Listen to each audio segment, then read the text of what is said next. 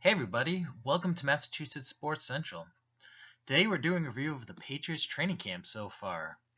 Our plan is to do a review after each preseason game and maybe a handful of these update videos over the rest of the preseason. This one will be a little bit longer since this is the first one we've done. Alright, let's get into it.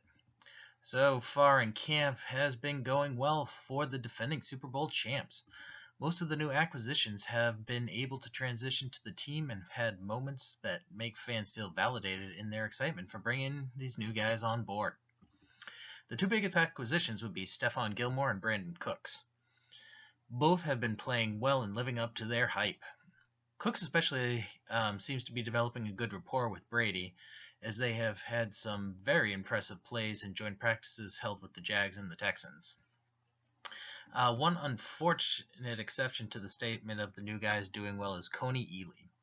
So far, he has generally not impressed and has not been getting many first-team reps, and now seems to have a shoulder injury as well.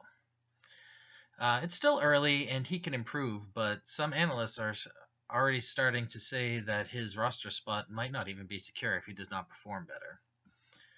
Anyway, getting back to more positive observations, the small 2017 draft class has fared well so far. The two offensive linemen weren't really expected to make a big impact, so have not really starred, but they also haven't had any notable issues either. Excuse me. The two defenders, though, have been generating a little bit more excitement. Derek Rivers was seeing a lot of first-team reps and has also been taking a lot of snaps at linebacker, though he was a defensive end in college. They might be seeing if he can fill that hybrid role that Ninkovich always played. And with Ninkovich recently retiring, that's obviously a very important position for them to be able to fill. Dietrich Wise especially was impressive as the lower pick. As the lower of the two picks, but was playing great and getting first-team reps.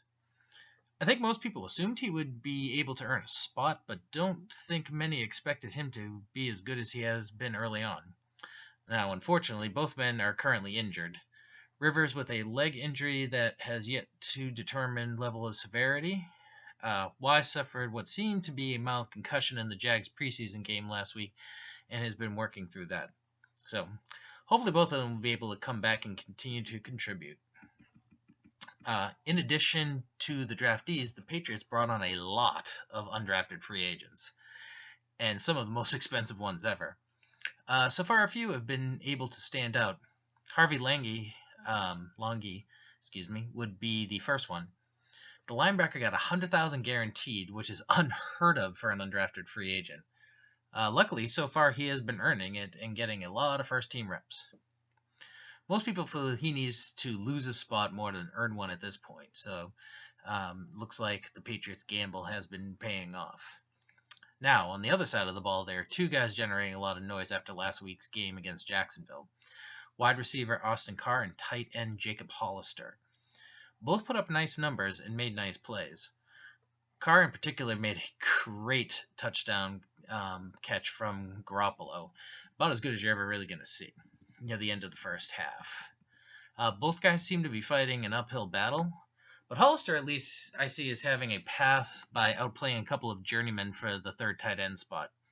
And there obviously is also a possibility they might even keep four tight ends, especially since one of the people who's competing with James O'Shaughnessy is a pretty good special teams player, so they might keep two guys, knowing that at least O'Shaughnessy could be a major contributor on special teams.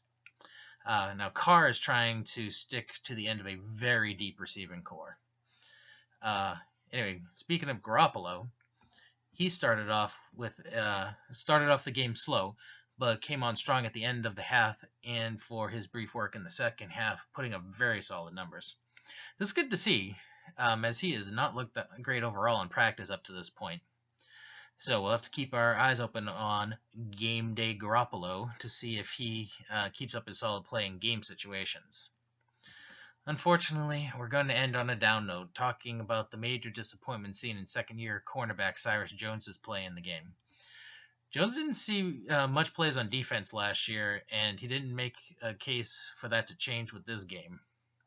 He got burned badly on a long touchdown pass, and later in the game he was beat for another one. Though on that one, it did appear that he should have had safety help from Jordan Richards, who, by the way, is another guy who was looking like he might not make the roster. In addition, while Cyrus didn't muff any kicks or fumbles, or have any fumbles, he had several returns that ranged from bad to nothing special. His best route to making this team is a kick and punt returner, so if he isn't doing that well, the Pats might cut bait with last year's second-round pick before the regular season gets underway. All right, okay, everyone. I think that's enough for right now on Patriots training camp. We plan on having a recap of the Texans game next week and more on Patriots preseason up to the start of the regular season against Kansas City. Thanks for watching, and please like, comment, and share the videos and subscribe to our channel. And you can also follow us on other social medias. Facebook and Twitter are both at MA Sports Central. All right, thanks a lot, and we will see you soon.